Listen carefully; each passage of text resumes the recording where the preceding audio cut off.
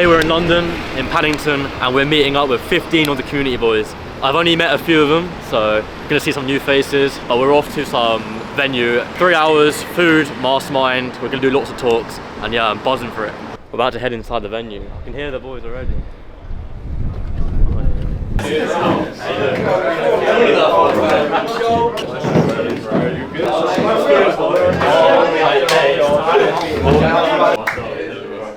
I think this is everybody. 1, 2, 3, 4. 17. 17 boys. What a turnout it's been.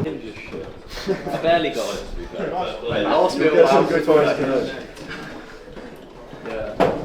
When's dinner? Or lunch? I don't know. Basically, Tom set it up, so you know nothing's organised. So. Yo, boys. Thank you all so much for coming, first of all.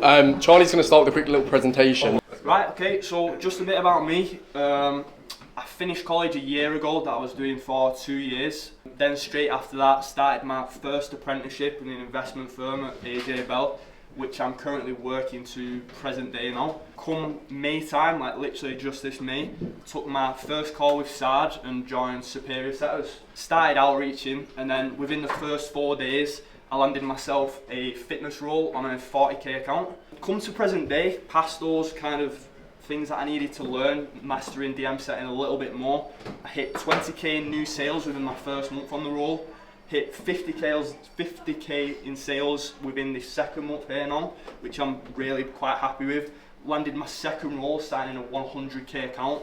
And then I'm on the last stage of Jake's call setting course, which I'm finalising my skills to the T before I kind of get put in a role funnel there to hopefully start getting on a call setting role and then quit my job. I will be heavily trying to reach that 5k point for next month, seeing I'm on 2 roles and obviously still a 9 to 5. It's going to be a big time management issue, but it's just going to be a graft. Superior Setters opened me up to literally a whole new world within the online space. Looking at like countless hustles over the course of 2 years while I was in college, I did become certain there wasn't anything actually out there for me until I came across like this actually amazing community, because the level of connections that I've actually built and the progress I've made is in just such a short amount of time goes to show why this is one of the best communities out there to start and grow online. I was 17 working at Domino's, and the first time I felt like I was unstoppable was I bought my first car, bought my first phone. That kind of gave me a glimpse of like financial freedom, because I was earning so much money for a 17-year-old, it was insane. At the time I was doing reselling as well. Then in April I left sixth form.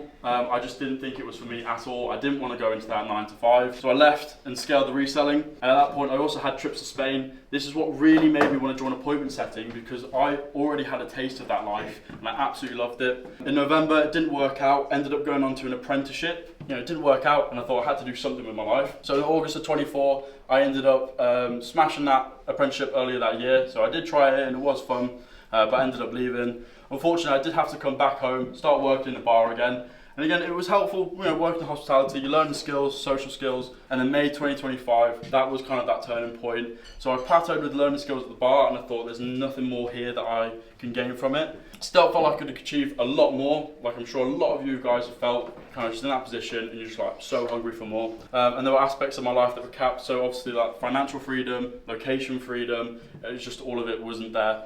So I spoke to Tom, it was actually sat on his account, funny, and then I ended up joining a call the next day and I got picked. I was like, absolute ideal client profile, it was amazing. And then my future projections, where am I actually going to go from this day forward? I've actually had a little bit of an offer to create content for Superior Setters, so I'm going to really dig into that uncomfortableness and just try and get myself in front of the camera like I'm doing now. Traveling for the rest of the year, it has been a lifelong dream for ages. So obviously we're off to Bali. Lennon said he's got a few more things planned, and I just said, literally, I just want to hop on that straight away. Even though I've had to take some losses, like my relationship has ended because of it, honestly, it's all for the better, because these next 4 months are going to be absolutely insane. Just as a final key takeaway from me of how I stay so motivated, working a 9 to 5, doing a full-time university course, fucking managing a whole team, doing growth operating for someone, having sometimes sleepless nights, etc. I'll leave you with this one quote of the fact that the vision is greater than the struggle. Every time you have to remember your goals and realise that your dreams are bigger than what you're facing right now. 5 months down the line, 6 months down the line, a year down the line, you'll love the fact that you sat there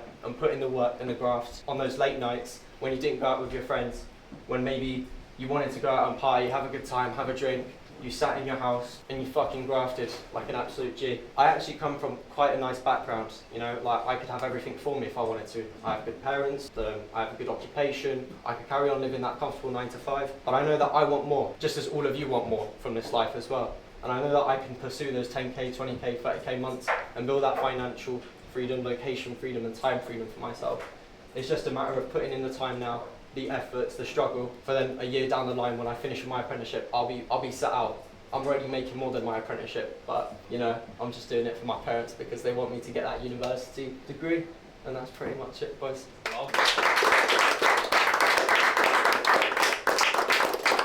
Alright, first of all, we want to thank every single one of you for coming.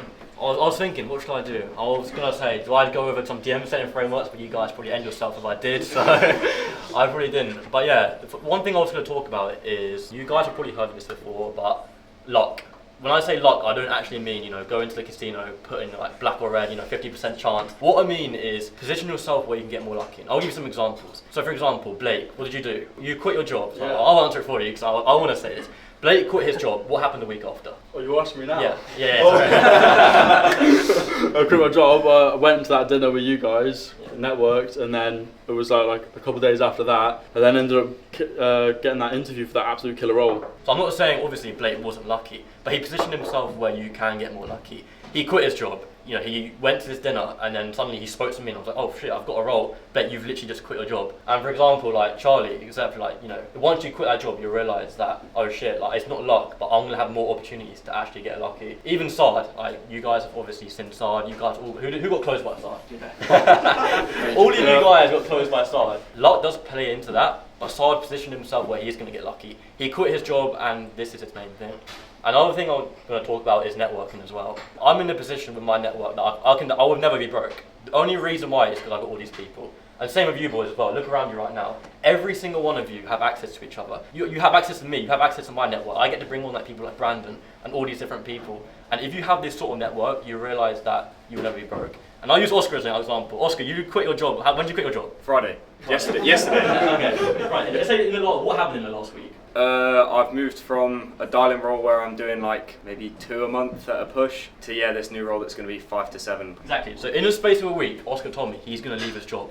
And now suddenly he's on a 300, next month they want to do 300k. All because he literally said to himself, I'm going to quit this job. And out of nowhere, a week later, he's on this insane role. So I'm not saying, you know, luck plays into everything, but you boys need to position yourself where you are going to get more lucky. All the guys who landed their first roles in the week is because they just took that action. They, you know, had speed and they took their urgency. So that's the advice I'll give you, or just have everything with speed. Like when you invested, Yanis, when you invested into your growth, what happened? You probably looked at everything the first day and then you've landed with a client already. Even like, I don't know, Blake, you again, you quit your job and you realise, okay, what do I do? You drove 5 hours to this dinner, you took action, and then, you know, from there, you're coming to Bali with me. Sometimes you've got to realise that you look down and you realise you've got a pair of balls, and then, especially Yanis, Oscar and Blake, you've realised, oh shit, my balls are bigger than everyone else's. I'm going out to Bali. Like I said, you'll be rewarded by it. Because you'll be surrounded by all these people, your network's going to be better.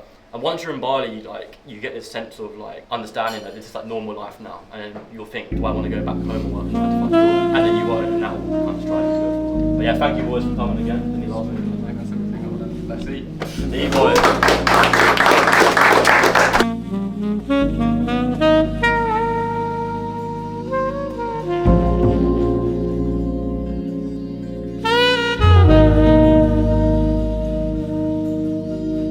Basically, we finish off with the little meeting room, have some lunch.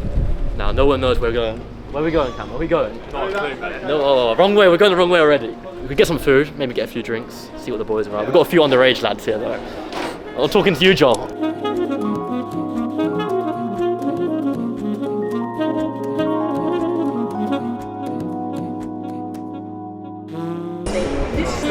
What's going on? Superior What's going on? Superior Planners, boys. Give us 5 minutes. Give us 5 minutes. We need to think about it. We're gonna find somewhere where they'll let how many of us? 17 of us in. It's gonna be a bit difficult. Some of us are underage. For drinks, yeah? A few drinks. Good seeing the boys around for the first time. Charlie's first time in London as well. Yeah. You've never been in London? Well, it's just not it's far away from me, innit? 2 hours on train. Would have taken 6 hours on drive though. Dedication. Nah, to be fair, I've never like been in a position. 6 hours. It took 6 hours for Charlie to get here today. Pull up to the Gymshark event. Pull up to the Gymshark event. Let's see how much everyone can lift. basically some retards in this group. I'm not naming them.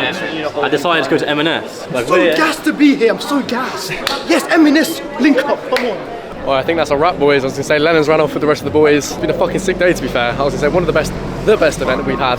Plenty more to come. Barley's going to be sick for the boys that are going out there. Definitely going to put some more UK events on. Hope you all enjoyed that. Take care. See you in the next one.